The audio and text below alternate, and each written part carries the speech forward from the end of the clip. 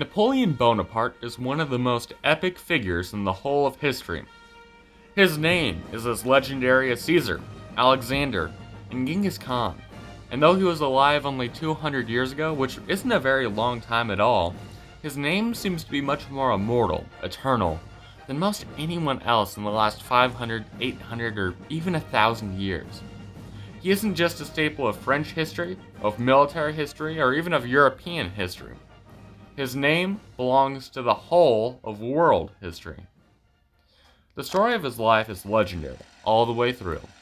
Rising from a poor boy, raised in the middle of the western Mediterranean Sea, eventually making his way to mainland France with the chaos of the revolution happening there.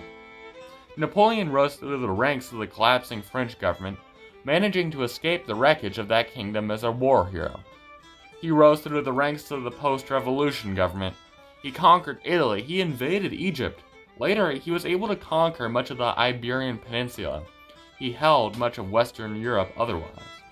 His family, or allies, controlled practically everything else of the rest of mainland Europe, meaning that he had practically total control over the whole of the continent. He was hated by the establishment, he was loved by the French people. Eventually, with popular support, Napoleon overthrew the government and crowned himself Emperor, First Consul of France. As one of the most powerful leaders in one of the most powerful nations in the history of mankind, and also one of the most genius military strategists ever, there seemed to be no stopping him. Being so powerful, many loved him, and many feared him. But there were also those who hated him. While this number may have been small in France, the peoples of many other countries, and even those he conquered, despised him. This number grew and kept growing, from just Austria, Britain, Prussia, and Russia, to the kingdoms of Naples, Spain, Sicily, Sardinia, Portugal, Sweden, and the Ottoman Empire, and the Dutch Republic. While Napoleon might have scoffed off this threat, these countries were a serious threat to France. The problem with these countries is that they were unorganized. They had all tried many times to defeat Napoleon and his armies, and they had all been defeated by Napoleon and his armies. They had all put aside their differences 5 times by 1812, making coalitions and banding together to defeat Napoleon. They had never been successful. Every attempt to defeat Napoleon, poison Napoleon, kidnap Napoleon, murder Napoleon, all of them were flops. With every one of Napoleon's victories, he seemed only more legendary, more formidable, more immortal. More than anyone else, Napoleon believed in his own myth. He thought he was invincible. More and more, his armies, his people, were no longer people to him, but instead they were just numbers and logistics. In this sort of belief, he launched an invasion against Russia, in winter, and for no real legitimate reason.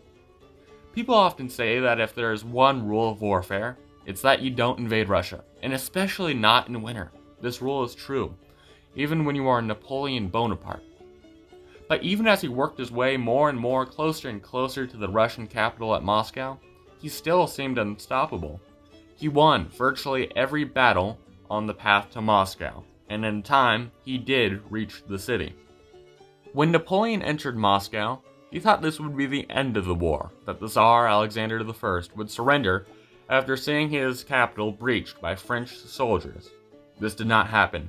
In fact, the governor of Moscow had ordered the city burned so that the starving and French army would have no reward for their long march east. After 5 weeks, instead of chasing after the Russian armies, Napoleon chose to end this campaign and retreat back to France. It was the only thing he could do. Thousands, literally thousands of French soldiers were freezing to death every night. Hundreds of others were starving or dying or any of number of other things, but not so much in combat. By the time Napoleon's armies had retreated out of Russia, they had lost 90% of their army, most of which had frozen to death. This was awful, but there was much worse coming for Napoleon. Napoleon managed to reach France, and though the French people were tired of dying and dying for conquest and nation building, he tried to rebuild his army. He was able to get 350,000 and another 50,000 from his allies by 1813. While this is nowhere near the old numbers, it was the best he could really ask for given his embarrassment in Russia. By late 1813, a sixth coalition, including Russia, Prussia, Austria, Sweden, Britain, Spain, and Portugal, was formed. These great and powerful forces were bent on ending Napoleon's reign over Europe and splitting the land for themselves.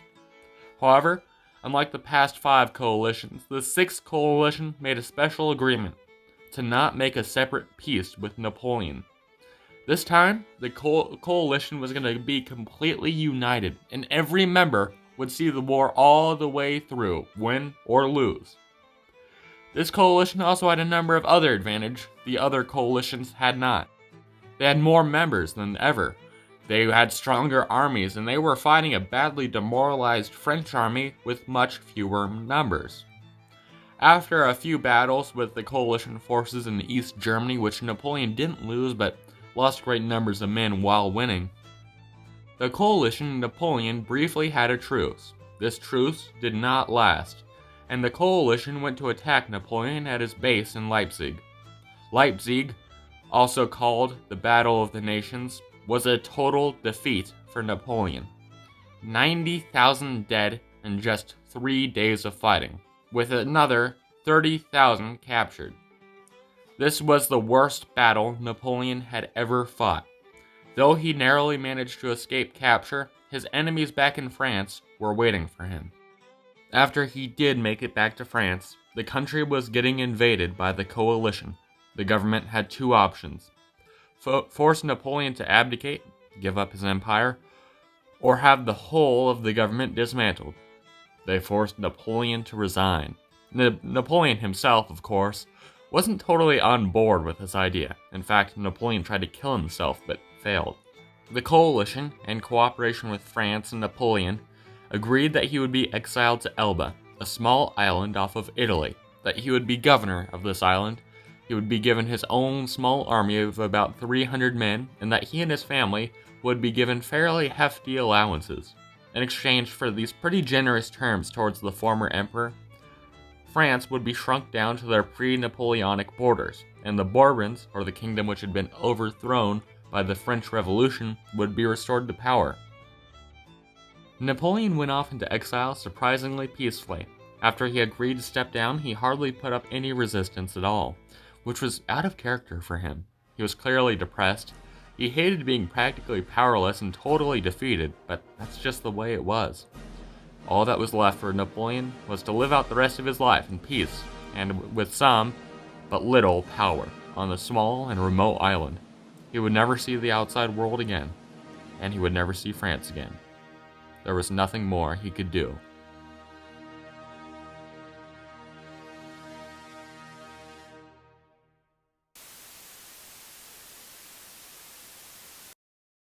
Only, the least Napoleonic thing to do besides losing is accepting that loss. Napoleon and the 300 men under him planned to capture the British ship patrolling the ports at Elba and to make their way to France. When the time was right, and the Bourbon government was hated enough by the people, and the people missed the glory and respect Napoleon brought this empire enough, he would return. In late February of 1815, his time had come. All went according to plan. Napoleon and his small but ever-growing force landed in the French port of GUEVARA on their way towards Paris, faster than the news of his return could spread. In one particularly dramatic episode from his legendary return to power, Napoleon is said to have come across a large group of Bourbon soldiers, sent to stop his progress with guns drawn. Napoleon burst into the front lines, took off his coat, and said, "If any of you will shoot his emperor, here I am." Gunshots were not heard that night. Instead, the Bourbon soldiers shouted "Long live the emperor" and joined him on his march. Napoleon reached Paris on the 19th of March after the king had fled. The emperor was back. Though he had promised that he would stop his conquest, the coalition was not having it. They had already defeated Napoleon once, now they were even more powerful, and Napoleon was still weaker than ever. The coalition declared war on Napoleon in March of 1815, and the War of the Seventh Coalition started on the same day. However bad the odds, Napoleon had unmatched self-confidence, and he felt he could take on any challenge when he had the French people behind him. As part of his strategy, he always liked to choose one battlefield, which would decide who won the war. This is what he did with the Battle of the Pyramids, of Austerlitz, of Borodino, and less successfully with Leipzig. In this new war, he had already had his strategy mapped out. The one decisive battle would be one just north of France, in a small town called Waterloo.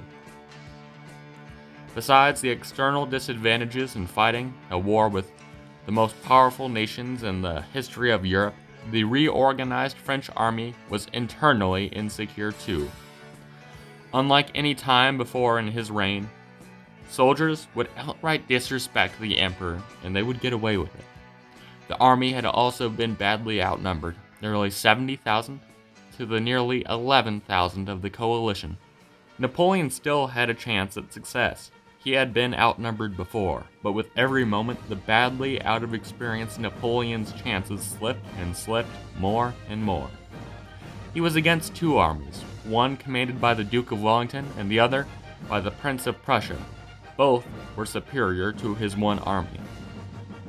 These two great but unequal forces met at the battlefield at Waterloo on the 18th after two smaller battles. Napoleon lost. It was a French catastrophe. 40,000 French died. 20,000, half that number, of the coalition died. It wasn't even close. Napoleon may have tried to kill himself again at this time, but again failed. After this loss, Napoleon ran back to France. The coalition again followed him, again invaded France, and Napoleon was made to abdicate again. He was exiled again, this time to St. Helena, in the middle of the Atlantic Ocean, about as far away as he could be from any land. This time, he had no power. He had no personal guard. He was simply defeated. There was truly nothing more he could do. He spent the rest of his days writing his own biography and thinking about all the mistakes he had made at Waterloo and Leipzig to put him in this place. While he may have lost anyways, many historians point out that in both the battles he lost because he broke his own maxims, the fundamental rules of war that he wrote himself. Had he followed them, he may have won, and the history of the whole world might be completely different. But what is true about Napoleon's reign is that for all the death and destruction caused by his empire, and by the restoration of that empire, France ultimately gained nothing. His reign, from start to finish, was in his own self-interest. He saw democracy rising in France when he was a young man. He took advantage of this movement. Instead of giving the democracy the French people fought for, they got a dictatorship. Many hundred of thousands died in his name, for nothing other than his own glory, because he wanted to be a second Caesar. For better or for worse, he got exactly what he wanted.